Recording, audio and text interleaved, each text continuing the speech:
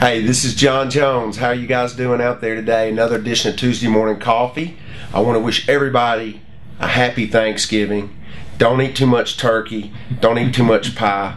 But anyway, we got a special edition today. Being Thanksgiving week and all that, I have a great friend of mine, just kind of a God event. He's here this week, Peter Sozi from Uganda, Africa. And Peter, as you guys probably remember, or if you saw some of our videos, my wife and all my children visited Uganda about a month ago, and got to spend some special time with my friend Peter and his wife Phoebe and their beautiful family.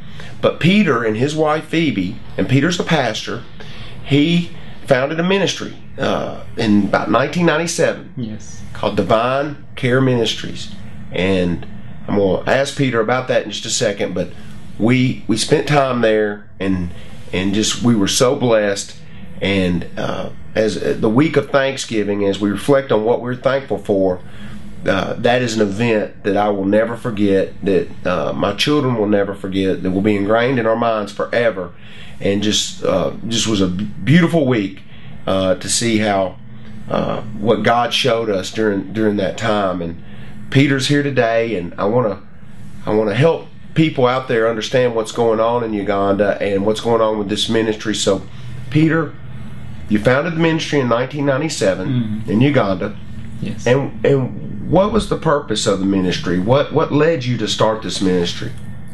Thank you, Jones. I'm very honored to be here this morning. And at the time we started the ministry, we were part of a very large church, and which was a great thing. You know, we had a wonderful time in ministry, but we had encountered the challenges that were facing the people that were pastoring. Some of them had lost their parents, some of them were dying, and at that point there was so much need. People were sick, they didn't have resources to take them to the hospital, they didn't have food to feed them, they had children. So it was at that point that God really impressed on our hearts to be able to open our home and open our hands and our hearts to be able to reach out to those that were hurting, and gave us the burden and the responsibility and the vision to say we need to identify with the hurting, because as you know, Jesus, when he was here, he kept on identifying with the hurting. He went where the hurting were, and he reached out to be able to make a difference in their lives. So that was the core purpose of the vision, rather the ministry starting up. And now the ministry, and correct me if I'm wrong, but the ministry now is more about it's about the children. I know that a lot of the funds and resources are directed towards the children. And what are we trying to do with the children? Tell us a little bit about that with the schools and whatnot. We realize that when you touch a child, you are touching a community. And when you touch a community, you are touching a nation. And we felt at the time when children were losing their parents and there was some kind of hopelessness, there was an orphan generation, we realized that we needed to give these children hope. And the dream that we have is to raise up these children into God-fearing children that will serve their generation and the next generation. So we believe by creating an environment for them to go to school, for them to have a good meal, and for them to be able to be cared for, this will raise up the next generation of leaders in our country and for Africa. Yes, I agree, and I've seen it firsthand. One thing I want to mention here, even into the 90s, which has not been that long ago, into the 1990s, at one point, the HIV rate in Uganda was around 33%. Yes, 30%. So, Peter, I mean, literally, 1 out of every 3 people that you probably knew, that's how rampant it was. Can you imagine if that happened in the United States? Can you imagine? So, what Peter has explained to me is what happened, and that's down to 6% now. Yes. By the way, praise God, right? Praise God. But we lost a generation. We have a lot of kids and a lot of grandparents. So there's a lot of orphans, and there's a lot of people that need care, and there's a lot of children that need care. So I think that has to be. A lot of people don't know the background, but in our country, we have to go to school. The kids have to go to school. In fact, it's against the law not to go to school. But in Uganda, it's a privilege to go to school. So that's what, like my wife and I, we support 4 children and put them through school. Because if we didn't, they may not get to go to school and get an education. Yes. Is that correct? That's true. Okay. So the ministry is what we saw when we were there was a bunch of children. Most well-behaved children I've ever seen, getting a great education, a great Christian education, and learning the gospel. And what's the rate of Christianity in your? Right now, the statistics are, from the last census that was taken, is about 70%. 70%. Now, go back to 1970. 1975, yeah. Whatever. What would have been the rate? In 1970 we had that program by the Islam to be able to Muslimize the nation, and this was funded by Muammar Gaddafi, and of course our president then, who was Idi Amin, thought that our nation needed to turn to Islam because he had these people pouring in resources. So the Christian percentage was very low. You probably don't know for sure because everybody would have been scared to even admit they were Christian, correct? For That's persecution. True. That's true. So, guys, what I'm getting at is, even in the 70s and probably into the 80s, you couldn't even admit to being a Christian in that country, correct? You'd be persecuted. You would die.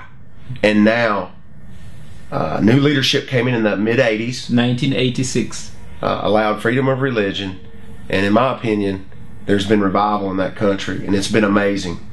It truly has been amazing. Give some examples of the results of what you were telling me this morning. As a consequence, when we obtained freedom of worship, when the current leadership came into power, the first thing our president declared, there will be freedom of worship in our nation. And suddenly there was this blossoming of churches, and there was a big sweep of revival that swept across our nation. And today I will tell you that on the streets of the city, there are people that are proclaiming and sharing the gospel of Jesus Christ. In our country, secular television stations take time to play and to show Christian songs and play Christian music. Now, this wasn't happening in the 70s and the 80s. This is completely new. So you see that there's been a kind of a shift to the point that everywhere our government is now being very popular in appointing people that they believe are professing Christians. The First Lady, who's a professing Christian, she's not quiet about her faith in Christ. They've appointed like the Commissioner General of our customs in our country. She's a professing Christian, and in the different departments of our government. So you realize that this revival has swept into the different structures. In public schools, people play Christian music on assembly. They sing praise songs to the Lord. There is, that freedom of worship. Awesome. So this is the amazing results of what we've seen as a revival sweeping in the country, and we are grateful to him for that. It's truly amazing. Peter was telling me this morning where the country, and you got to remember, you got to go back into the 90s. Literally, people were dying around you. Correct. Due to the HIV, and a desperate country came together and cried out. That's right. And you have literally seen people, and it's documented. This isn't something you made up. Where people were infected with the AIDS virus. Yes, sir. That are healed from that. Have been totally healed. Totally healed, and science backs that up. I mean, they can't back up how they were healed, but they can back up they had the AIDS virus and had been tested several times, and then were tested later, and it had gone away. Correct. These are people that have documental proof of having gone to the research center. They have all the symptoms and they're HIV positive. And when as a nation in 1995 we said we needed to turn back to God, and we began desperate prayer.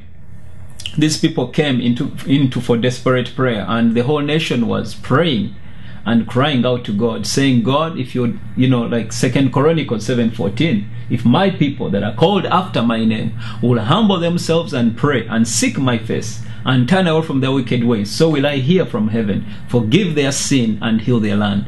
We realize as a church that the key for our healing of our nation was if we as a church would humble ourselves and pray and seek his face. And that's what happened. And these people came in for prayer. They realized they needed to turn to God to cry out for help. And sure enough, God heard our prayer. Today, I want to tell you, they are pastors. They are leading churches because of the miracle that God has done in their lives. So it is a living testimony. And I would challenge anyone to come in the country and find out more about this. That's awesome. I challenge them too.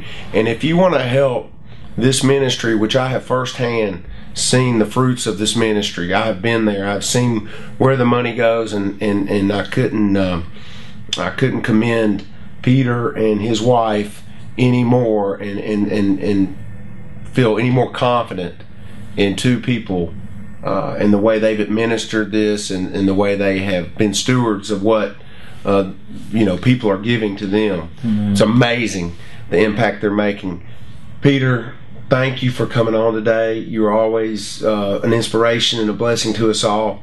And guys, if you would like to get involved with helping Divine Care Ministries, we're throwing up the email right now. This is Vicky and Dr. Rick Rogers and his wife Vicky are two local folks here in Murfreesboro who are a big part of this ministry and can get you any of the information you need and would love to talk to you. So here's their contact information coming on the screen as we speak. Just give them a call or an email, and you can be involved in sponsoring a child and probably changing a child's family tree and family for generations to come.